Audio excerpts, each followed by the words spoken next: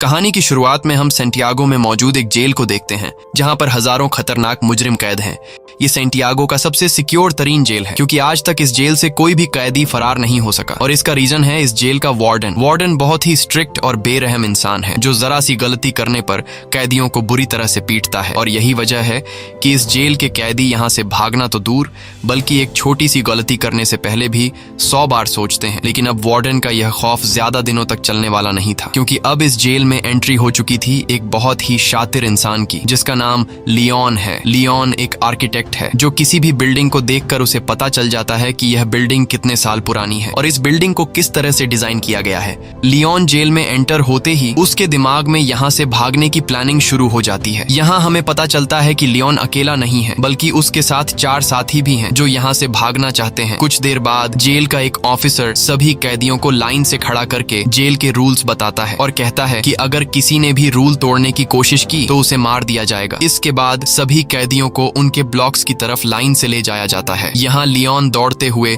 Cell number 50 को पकड़ने की कोशिश करता है क्योंकि उसने पता लगा लिया होता है कि यहाँ से भागने के लिए सेल नंबर 50 सबसे परफेक्ट जगह है। लेकिन जब वो सेल नंबर 50 का दरवाजा खोलता है तो सेल नंबर 50 पर पहले एक आदमी ने कब्जा कर लिया होता है। यह देखकर लियोन काफी उदास हो जाता है और न चाहते हुए वो सेल नंबर 50 के बगल वाले सेल में चला जाता है। वहीं हम देखते हैं कि लियोन के बाकी 4 साथियों ने उन्हीं सेल्स में डेरा जमा दिया है जो उन्हें प्लान के मुताबिक कब्जा करना था। कुछ देर बाद लियोन के साथी लियोन के सेल में आ जाते हैं। यहाँ राफेल लियोन से कहता है कि तुम्हें सेल नंबर 50 में जाना था पर यह तो सेल नंबर 51 है। तब लियोन कहता है कि तुम्हारे लिए आसान था क्योंकि तुम्हारा सेल नीचे ग्राउंड फ्लोर पर था, इसलिए तुम लोगों ने आसानी से अपने सेल पर कब्जा कर लिया। लेकिन मेरा सेल फर्स्ट फ्लोर पर है जिस वजह से मैं अपने सेल पर कब्जा नहीं कर पाया। यहाँ इनका साथी जर्मन कहता है तो अब हम लोग क्या करेंगे? तब राफेल कहता है कि करना क्या है, कल से हम यहाँ से भागने की प्लानिंग स्टार्ट करेंगे। कुछ देर बाद हम देखते हैं कि यहाँ पर एक कैदी गिटार लेकर आता है और ये गिटार वाला आदमी भी लियोन का साथी है। इस जेल में कैदियों को जो काम आता था उन्हें वो काम करने की इजाजत थी ताकि कैदियों का टाइम पास होता रहे, जैसे गिटार बजाना, खाना पकाना और फर्नीचर का सामान बनाना। अगले दिन हम देखते हैं कि लियोन यहाँ से भागने की प्लानिंग पर लग जाता है। वो जेल के हर एक जगह को काफी गौर से देख रहा होता है लेकिन जब उसकी नजर चारों तरफ गार्ड्स पर पड़ती है तब उसे इस बात का अंदाजा हो जाता है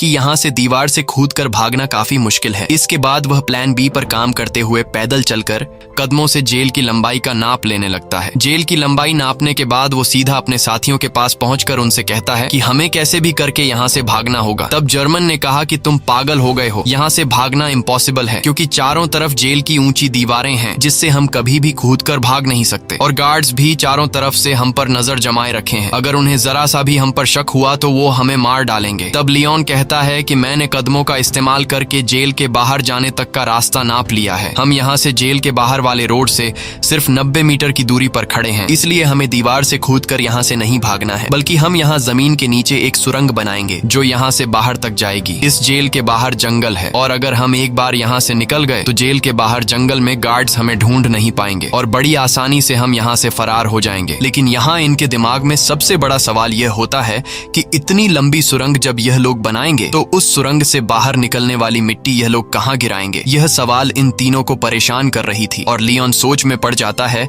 कि सुरंग से निकलने वाले मिट्टी को आखिर कहाँ फेंका जाए। अब जब यह तीनों सुरंग से निकलने वाली मिट्टी को छुपाने के बारे में प्लान बना रहे होते हैं तभी एक कैदी की नजर इन पर पड़ती है जिसका नाम बिगोट है। बिगोट एक धोखेबाज इंसान है जो इस जेल के वार्डन के साथ मिला हुआ है और जब भी वो किसी कैदी को जेल से भागने या फिर कोई रूल तोड़ते हुए देखता है तब बिगोट चुपके से सीधा जाकर गार्ड्स को शिकायत लगा देता है और अब वो पिछले काफी टाइम से लियोन और उसके 2 साथियों पर नजर रख रहा होता है। इन तीनों को काफी टाइम से एक साथ बात करते हुए देखकर बिगोट को इन पर शक हो जाता है, इसलिए वो सीधा आकर राफेल से मिलता है। राफेल और कहता है कि मैंने पिछले कई दिनों से तुम तीनों पर नजर रखी है और मुझे पता है कि तुम तीनों यहाँ से भागने का प्लान बना रहे हो, इसलिए मैं भी तुम्हारे साथ यहाँ से भागने के प्लान में शामिल होना चाहता हूँ। यहाँ बिगोट के चेहरे को देखकर राफेल को कुछ गड़बड़ नजर आता है, इसलिए राफेल बिगोट से कहता है कि ऐसी कोई बात नहीं, हम तीनों तो बस बातचीत कर रहे थे और हमारा यहाँ से भागने का कोई भी प्लान नहीं है। अगले दिन लियोन, जर्मन और राफेल तीनों नीचे वाली सेल में आए। राफेल एक तरफ के दीवार को देखकर कहा कि हम इसी दीवार को खोदकर सुरंग बनाएंगे, लेकिन मसला यह था कि अगर खुदाई का काम शुरू कर दिया गया तो सुरंग को खुला नहीं छोड़ सकते क्योंकि हर शाम गार्ड्स हर एक सेल की चेकिंग करने आते हैं और अगर गार्ड्स ने सुरंग देख लिया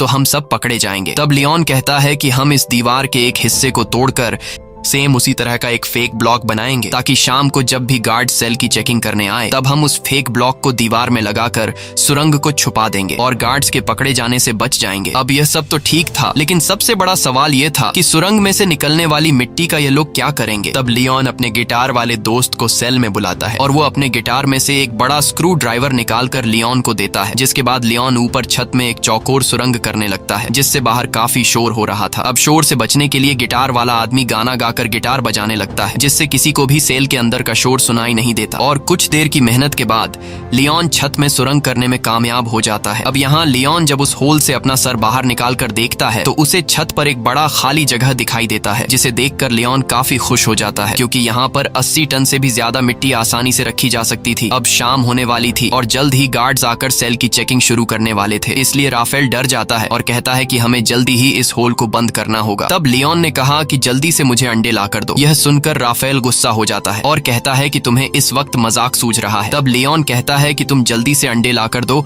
और फिर मेरा कमाल देखो। यह सुनकर राफेल अंडे लेने जाता है और लियोन जर्मन के साथ मिलकर छत के गिरे हुए मलबे को और तोड़ते हैं और उसका मिट्टी बना लेते हैं। कुछ देर बाद राफेल जल्दी से अंडे लेकर आ जाता है। तब लियोन उस मलबे से बनाई गई मिट्टी को एक बाल्टी में डाल देता है, साथ ही वो उस बाल्टी में चूना भी डालता है और फिर उसके अंदर अंडे मिक्स कर देता है। वही इनका साथी जो बाहर गिटार बजा रहा होता है वह अपने गिटार में एक अलग धुन बजाना शुरू कर देता है जो खतरे की एक वार्निंग होती है, यानी कि सिक्योरिटी गार्ड सेल्स की चेकिंग लेने के लिए आ रहे हैं। तब सेल के अंदर मौजूद लोग भी उस खतरे की घंटी को सुन लेते हैं और समझ जाते हैं कि गार्ड्स आ रहे हैं, इसलिए यह सभी लोग और भी जल्दी से काम करने लगते हैं और यह लोग उस मलबे को आटे की तरह गूंद कर उसका एक ब्लॉक बनाते हैं, जिसके बाद यह लोग उस ब्लॉक को ऊपर होल में फिट कर देते हैं और नीचे से उस जगह पर एक पोस्टर लगा देते हैं। कुछ देर बाद गार्ड्स उनके सेल के अंदर आ जाते हैं और वो गार्ड्स लियोन और उसके दोस्तों को उनकी सेल से बाहर निकालते हैं। गार्ड्स उनके सेल की अच्छी तरह से चेकिंग लेते हैं लेकिन अंदर उन्हें कुछ भी नहीं मिलता। तब एक गार्ड को ऊपर छत पर लगा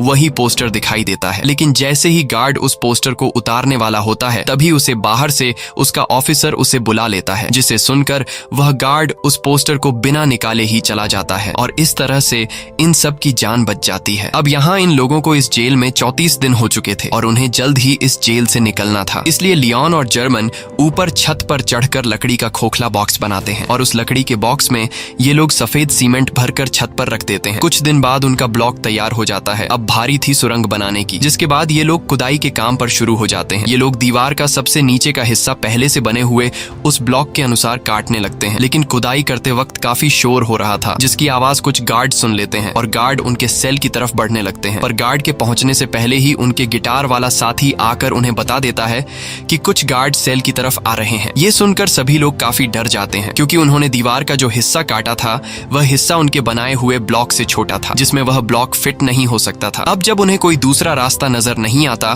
तब ये लोग जल्दी से टूटी हुई दीवार के मलबे को इकट्ठा करते हैं और जिस जगह ये लोग सुरंग बना रहे थे वहां ये लोग काफी बारीकी से सामान रखकर उस जगह को छुपाते हैं और अपने अपने काम में लग जाते हैं ताकि गार्ड को उन पर शक न हो। कुछ देर बाद एक गार्ड उनके सेल के अंदर आता है और वह गार्ड इनके सेल के चारों तरफ नजर घुमाकर चेक करता है कि कहीं ये लोग यहाँ से भागने की प्लानिंग तो नहीं कर रहे, पर उसे कुछ भी गड़बड़ नहीं नजर आता, इसलिए वह गार्ड वहां से चला जाता है। गार्ड के जाते ही ये लोग रेडियो का आवाज तेज कर लेते हैं और फिर से खुदाई के काम पर लग जाते हैं। कई घंटों की मेहनत के बाद फाइनली ये लोग ब्लॉक के शेप का एक परफेक्ट हिस्सा काट लेते हैं और सफेद सीमेंट के उस ब्लॉक को वहां पर फिक्स कर देते हैं। अब यहाँ खुदाई से निकले हुए मलबे को ये लोग एक बैग में भर लेते हैं और उस बैग को ऊपर वाले सेल में ले जाते हैं जहां उन्होंने पहले से सेल की छत को तोड़कर होल बनाया था और उस होल को उन्होंने अंडे और मलबे को मिक्स करके एक छोटा सा ब्लॉक बनाकर छुपा दिया था। ये लोग उस ब्लॉक को निकाल कर उसके ऊपर जो खाली जगह होती है वहां पर ये लोग मिट्टी जमा करना शुरू कर देते हैं। छत पर मिट्टी रखने के बाद ये लोग छत वाले ब्लॉक को वापस लगाकर उसे व्हाइट सीमेंट से कवर कर देते हैं और उसे वापस से फोटो से ढक देते हैं। इसी तरह रोजाना वह गिटार वाला उनका साथी गिटार बजाकर लोगों का ध्यान भटकाता है, साथ ही वह पुलिस पर भी नजर रखता है और लियोन, राफेल और जर्मन नीचे वाली सेल में सुरंग को खोदते हैं और जो मिट्टी सुरंग से निकलती है ये लोग उस मिट्टी को अलग अलग बैग में निकाल कर अलग अलग तरीके से ऊपर वाली सेल की छत पर जमा करने लगते हैं। इस तरह से ये लोग पूरे दिन का एक रूटीन बना देते हैं और कई दिनों तक उनकी खुदाई का काम बड़ी चालाकी से चलता रहता है। लेकिन एक कैदी जिसका नाम ऑस्कर है उसे इन लोगों पर शक हो जाता है क्योंकि वह पिछले कई दिनों से इन लोगों को नोट कर रहा था। वह देखता है कि ये लोग हर रोज एक ही पैटर्न को फॉलो करते हुए नीचे के सेल से ऊपर वाले सेल पर जाते हैं। साथ ही ये लोग हमेशा हाथ में बैग या फिर बाल्टी लेकर ऊपर जाते हैं। ये सब देखकर ऑस्कर को उन पर शक हो जाता है, लेकिन वह किसी से भी कुछ नहीं कहता, बस चुपचाप उन पर नजर रखता है। अब यहाँ इन लोगों को इस जेल में 70 दिन बीत चुके थे और लियोन जब सुरंग को नापता है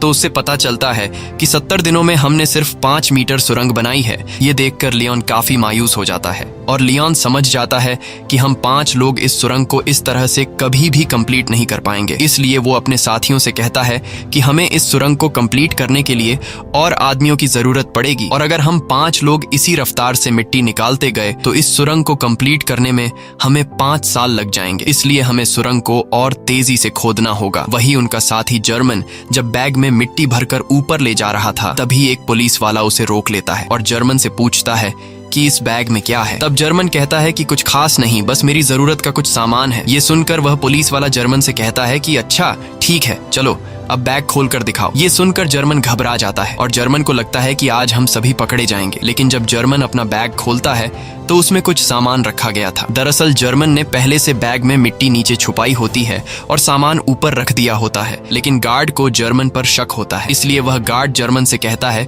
कि मेरे पीछे चेकिंग रूम में आओ। तब जर्मन बड़ी चालाकी से नीचे बैठा अपने साथी लियोन के साथ उसी तरह का सेम एक दूसरा बैग बदलकर गार्ड के पीछे चेकिंग रूम में चला जाता है। चेकिंग रूम में जब वह गार्ड जर्मन के बैग को अच्छी तरह से चेक करता है तो उसके अंदर सामान के अलावा कुछ भी नहीं मिलता, जिसके बाद वह गार्ड जर्मन को जाने देता है। अब इन सभी कैदियों को जेल में 86 दिन बीत चुके थे और अब ये लोग और ज्यादा दिन यहाँ नहीं रहना चाहते थे। इसलिए लियोन और उसके साथी जल्दी से सुरंग के काम को बढ़ाने के लिए ऊपर वाले फ्लोर के कुछ कैदियों को अपने साथ मिला लेते हैं। यहाँ लियोन उन नए कैदियों को दीवार से ब्लॉक हटाकर सुरंग भी बताता है। ये देखकर वो कैदी फौरन इनके साथ मिलकर काम करने को मान जाते हैं क्योंकि वो सोचते हैं कि अगर 5 लोग मिलकर 7 मीटर लंबा सुरंग खोद सकते हैं तो हम सब एक साथ मिलकर जल्द ही इस सुरंग को पूरा कर लेंगे। और साथ ही इन नए आने वाले कैदियों में कुछ कैदी ऐसे भी थे जिन्हें फांसी होने वाली थी, इसलिए वो लोग तो पहले से यहाँ से भागने का चांस ढूंढ रहे थे। अब लियोन जब समझ जाता है कि सभी कैदी सुरंग के लिए तैयार हो चुके हैं तब लियोन उन्हें अपना प्लानिंग बताते हुए कहता है कि हम डेली 1 घंटे की शिफ्ट में काम करेंगे। 2 लोग खुदाई का काम करेंगे, 2 लोग मिट्टी ऊपर ले जाएंगे और 2 लोग गार्ड्स पर नजर रखेंगे। बाकी लोग जेल के नॉर्मल काम करेंगे ताकि किसी को हम पर शक न हो। और जो भी कैदी 2 घंटे सुरंग की खुदाई करने के बाद वापस बाहर निकलेगा उसे फौरन नहाकर अपने कपड़े भी धोने होंगे ताकि गार्ड्स को उसके कपड़ों पर मिट्टी के निशान नजर न आए। अब इन लोगों का काम काफी तेजी से चल रहा होता है और यह लोग रोजाना 100 किलो मिट्टी एक दिन में निकालने लगते हैं। अब यहाँ हमें पता चलता है कि लियोन ने ऊपर वाले फ्लोर के कैदियों को इसलिए चुना ताकि इन्हें बैग या फिर बाल्टी में ऊपर मिट्टी ले जानी नहीं पड़े और इस तरह से यह लोग गार्ड्स के नजरों में भी आ सकते थे। इसलिए यह लोग नीचे जिस सेल में खुदाई कर रहे थे उसी सेल के छत में एक होल कर देते हैं ताकि सीढ़ियों से मिट्टी ऊपर ले जाने के बजाय डायरेक्ट होल से ऊपर वाले सेल के कैदियों को मिट्टी पास कर दी जाए। इस तरह से उनके पकड़े जाने का रिस्क भी कम हो जाता है और काम की स्पीड भी काफी बढ़ जाती है। जब भी कोई कैदी सुरंग में खुदाई कर रहा होता है तब यह लोग रेडियो की आवाज बढ़ा देते और बाहर सभी कैदी गार्ड्स को ऐसा दिखाते कि जैसे सब कुछ नॉर्मल हो। और जब भी उन्हें गार्ड्स का कोई खतरा नजर आता तब यह लोग उस सेल के दरवाजे पर नॉक करके खतरे की घंटी बजा देते, जिससे अंदर खुदाई के काम पर लगे कैदी सेल में सारा सामान पहले की तरह करके अपने अपने काम पर लग जाते। इस तरह से यहाँ से भागने के प्लानिंग में शामिल हर एक कैदी रूटीन के मुताबिक अपना अपना काम करते हैं और हर शाम को यह लोग इकट्ठा होकर आगे की प्लानिंग बनाने लगते हैं ताकि गार्ड्स को किसी पर भी शक न हो और सब कुछ परफेक्ट तरीके से चलता रहे। लेकिन शाम को जब यह लोग फुटबॉल खेल रहे होते हैं तब एक कैदी जिसका नाम ऑस्कर है वो राफेल के पास आता है और राफेल को बताता है कि मुझे पता है कि तुम लोग सुरंग खोदने की कोशिश कर रहे हो, इसलिए मैं भी तुम्हारी टीम में शामिल होकर तुम्हारा साथ देना चाहता हूं। तब राफेल ऑस्कर को लियोन के पास ले जाता है और लियोन ऑस्कर को भी अपनी टीम में शामिल कर देता है। यहाँ लियोन अपने 2 साथी जर्मन और राफेल से कहता है कि जिस हिसाब से काम चल रहा है मुझे पूरा यकीन है कि हम जल्द ही इस सुरंग को कंप्लीट कर देंगे। और जल्द ही यहाँ से बाहर निकल जाएंगे। लेकिन बाहर निकलने के बाद भी हम लोग पकड़े जा सकते हैं, क्योंकि हम 4-5 नहीं बल्कि पूरे 40 लोग हैं। और अगर बाहर निकलने के बाद भागते हुए हमें पुलिस ने देख लिया तो पुलिस हमारे पीछे गाड़ी लगाकर हमें पकड़ लेगी। इसलिए हमें यहाँ से बाहर निकालने के लिए बाहर के एक बंदे की जरूरत होगी, जो हमारा यहाँ से बाहर निकलते ही हमारे लिए एक बस तैयार रखे। अब यहाँ ये लोग सोच में पड़ जाते हैं कि बाहर से हमारी कौन मदद कर सकता है। तब लियोन कहता है, राफेल, तुम्हारी वाइफ पॉलिना हमारी बाहर से मदद कर सकती है और हम लोग उस पर विश्वास भी कर सकते हैं, इसलिए तुम्हें अपनी वाइफ से मदद मांगनी होगी। अब यहाँ रहते हुए सभी कैदियों को 182 दिन बीत जाते हैं और आज सभी कैदियों से उनके घर वाले मिलने आए होते हैं। यहाँ पर राफेल की वाइफ भी आई होती है। तब राफेल अपनी वाइफ पॉलिना को उनके पूरे प्लान के बारे में बताता है और कहता है, हमें तुम्हारी बाहर से मदद चाहिए होगी, इसलिए बाहर तुम्हें कुछ लोगों के साथ जुड़कर हमारे लिए एक बस का इंतजाम करना होगा। पॉलिना मान जाती है और वो वहां से चली जाती है। अब जेल में सुरंग खोदते हुए इन कैदियों को 205 दिन बीत चुके थे और इन लोगों ने सुरंग को भी काफी लंबा कर दिया था। लेकिन एक दिन इनका साथी जो गिटार बजाया करता था, वो जब सुरंग के अंदर खुदाई के काम पर लगा होता है, तभी वहां पर सेल की चेकिंग के लिए गार्ड्स आ जाते हैं। यह देखकर बाहर खड़ा राफेल और लियोन काफी ज्यादा घबरा जाते हैं, क्योंकि पिछले कई दिनों से रात में सेल की चेकिंग होती थी, लेकिन आज गार्ड्स दोपहर में सेल की चेकिंग करने आए हैं, जैसे उन्हें शक हो गया हो कि जेल में कोई सुरंग खोदने की कोशिश कर रहा है। और गार्ड्स को देखकर लियोन दौड़ते हुए अंदर जाकर सभी को वार्न कर देता है और कहता है कि जो भी सामान यहाँ वहाँ बिखरा पड़ा है उन्हें जल्दी से छुपा दो। ये सुनकर जो लोग काम पर लगे हुए होते हैं वो सभी सुरंग का काम छोड़कर अपने अपने काम पर लग जाते हैं। यहाँ इस गिटार वाले के साथ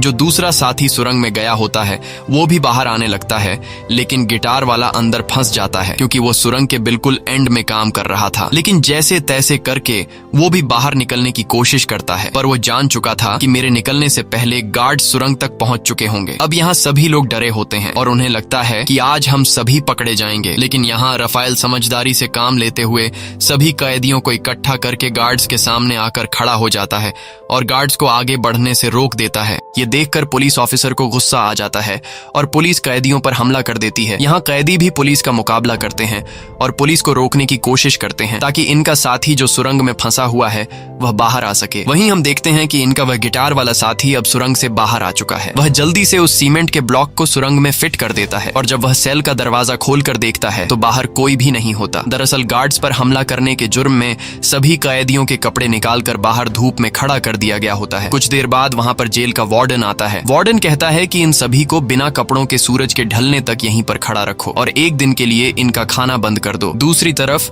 राफेल की वाइफ पॉलिना एक चर्च में जाकर लियोन के पिता से मिलती है। लियोन के पिता एक पादरी थे। यहाँ लियोन का एक पुराना दोस्त भी आता है। तब राफेल की वाइफ पॉलिना लियोन के फादर और उसके दोस्त को लियोन का पूरा प्लान समझा देती है और कहती है कि हमें उन्हें बचाने के लिए एक बस का इंतजाम करना होगा। तब लियोन का दोस्त भी इनकी मदद करने के लिए तैयार हो जाता है और कहता है कि बस का इंतजाम मैं कर लूंगा। वहीं दूसरी तरफ जेल में राफेल से उसकी वकील मिलने आती है। यहाँ जेल का वार्डन राफेल को सिगरेट देने लगता है, पर राफेल सिगरेट लेने से इनकार कर देता है। लेकिन राफेल वार्डन के सिगरेट के डिब्बे को पहचान लेता है कि वार्डन कौन से ब्रांड का सिगरेट पीता है। अब यहाँ इन लोगों को इस जेल में रहते हुए 1 साल से भी ज्यादा टाइम बीत चुका था और इन लोगों ने सुरंग को भी काफी लंबा कर दिया था। दिन रात मेहनत के बाद अब सुरंग भी जल्द कंप्लीट होने वाला था। लेकिन एक दिन सुरंग में इनका एक साथी जब काम कर रहा होता है तभी अचानक वह बेहोश हो जाता है, क्योंकि इतनी गहराई में ऑक्सीजन की कमी होती है। अच्छी बात यह थी कि राफेल उसके पीछे होता है और राफेल जैसे तैसे करके उस आदमी को बाहर निकाल देता है। शाम को ये लोग मीटिंग करते हैं कि अब सुरंग काफी लंबा हो चुका है। जहाँ अंदर ऑक्सीजन ना होने की वजह से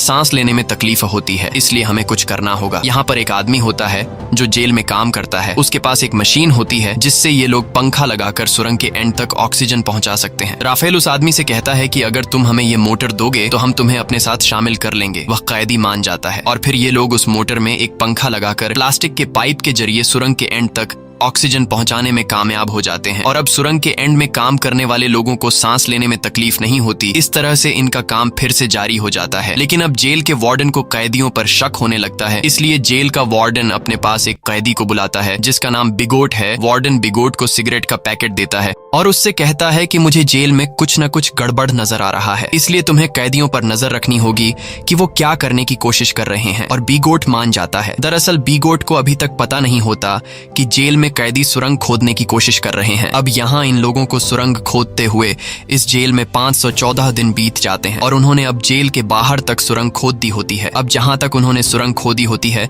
वहां पर राफेल नीचे से एक छोटा सा सुरंग करके ऊपर एक लाल कलर का लिक्विड गिरा देता है, ताकि बाहर राफेल की वाइफ और लियोन के साथी को पता चल जाए कि सुरंग यहां तक खोदी जा चुकी है। वही बिगोट को राफेल और उसके साथी लियोन पर शक तो होता है, पर उसे पूरा यकीन नहीं होता कि ये लोग सच में सुरंग खोद रहे हैं। इसलिए बिगोट अपने शक को यकीन में बदलने के लिए राफेल के पास आकर उसे कहता है कि अगर तुम लोग यहाँ से भागने की प्लानिंग कर रहे हो तो प्लीज मुझे भी अपने साथ शामिल कर लो। मैं यहाँ थक चुका हूँ, बाहर मेरी वाइफ और मेरी बेटी मेरा इंतजार कर रही है।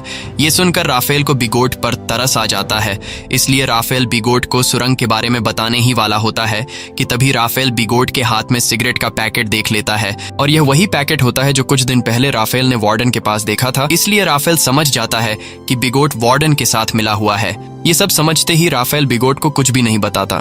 दूसरी तरफ लियोन का बाहर जो पुराना दोस्त होता है वो अपने कुत्ते को साथ लेकर रनिंग के बहाने जेल के करीब आता है और उस लाल कलर के लिक्विड को देख लेता है। अगले दिन लियोन का पिता लियोन को जेल में आकर बताता है कि तुम लोगों ने बाहर जो रेड कलर का लिक्विड गिराया था वो हमने देख लिया है। तुम लोग जेल के बाउंड्री के बाहर तो आ चुके हो, पर अभी भी तुम लोग सही जगह पर नहीं पहुंचे, इसलिए तुम लोगों को अभी भी 40 फीट और भी सुरंग खोदना होगा। इसके बाद यह लोग फिर से सुरंग को और लंबा करने लगते हैं और अब बस कुछ ही दिन के खुदाई के बाद इनका सुरंग कंप्लीट होने वाला था। लेकिन अब इन लोगों के साथ जो कुछ होने वाला था उसके बारे में उन्होंने बिल्कुल भी सोचा नहीं था। एक दिन जब इनका एक साथी सुरंग की खुदाई के काम पर लगा होता है, तभी अचानक एक बहुत ही बड़ा भूकंप आता है जिससे जेल की दीवारें हिलने लगती हैं। लियोन उस वक्त अपने दोस्तों के साथ बाहर फुटबॉल मैच देख रहा था। भूकंप के झटके महसूस होते ही वो तेजी से सुरंग की तरफ भागा। यहाँ गार्ड सभी कैदियों को जेल से बाहर निकालने लगते हैं ताकि कहीं इन पर जेल की दीवारें न गिर जाएं। और लियोन भी जैसे तैसे करके सुरंग के अंदर फंसे हुए अपने साथी को बाहर निकाल लेता है। अब लियोन ने अपने साथी को तो बचा लिया था, लेकिन अब उसे डर था कि कहीं भूकंप की वजह से अंदर से सुरंग टूट नहीं गया हो। इसलिए लियोन फिर से सुरंग के अंदर जाता है और अंदर जाकर वो देखता है कि सुरंग पूरी तरह से सेफ है। ये देखकर लियोन को सुकून मिल जाता है। अब जब इनके सुरंग का काम पूरा होने वाला होता है तब लियोन जाकर जेल के एक कैदी से मिलता है जो कि व्हील चेयर पर होता है। लियोन उससे कहता है कि हम जल्द ही यहाँ से भागने वाले हैं, इसलिए मैं चाहता हूँ तुम भी हमारे साथ चलो। लेकिन वो व्हील चेयर पर बैठा आदमी कहता है तुम जल्द से जल्द यहाँ से भाग जाओ और मेरी चिंता मत करो, मैं तुम्हारे साथ नहीं आ पाऊंगा। अब फाइनली वो दिन आ गया जिस दिन ये लोग इस जेल से भागने वाले थे। और जैसे ही सभी कैदी रात को टीवी देखने में मसरूफ होते हैं तब वो सभी कैदी जो यहाँ से भागने की प्लानिंग में शामिल थे वो सभी एक एक करके उठकर जाने लगते हैं। यहाँ किसी को भी इन पर शक नहीं होता क्योंकि सबका ध्यान टीवी में रोमांटिक फिल्म पर होता है। और भागने वाले सभी कैदी सुरंग वाले सेल में आ जाते हैं और यहाँ एक एक करके सभी कैदी सुरंग में उतरने लगते हैं। वहीं बिगॉट जब टीवी देख रहा होता है तब उसका ध्यान पीछे की तरफ जाता है और वो देखता है कि यहाँ से तो कई सारे कैदी जा चुके हैं।